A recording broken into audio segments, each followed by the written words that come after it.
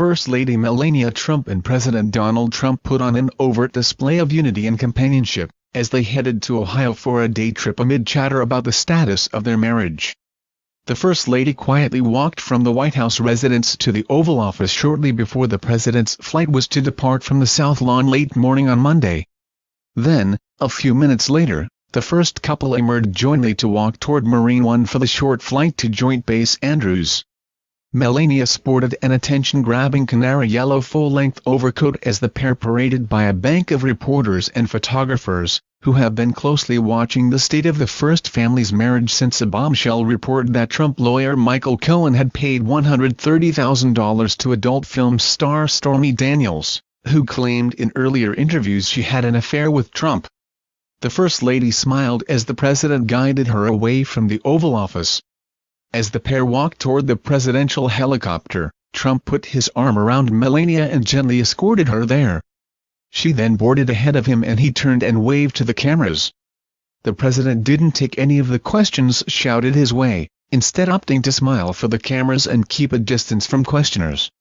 The Trumps returned to Washington together on Sunday evening with their son Barron in tow after a weekend in Palm Beach.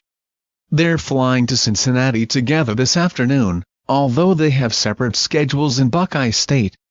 Mrs. Trump has rarely been seen with her husband since allegations surfaced that he had an extramarital affair early on in their marriage with a porn star who goes by the stage name Stormy Daniels.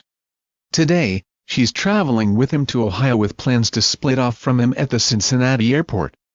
She'll visit a children's hospital while he tours a hydraulic cylinder manufacturer and delivers remarks on the GOP's tax slash.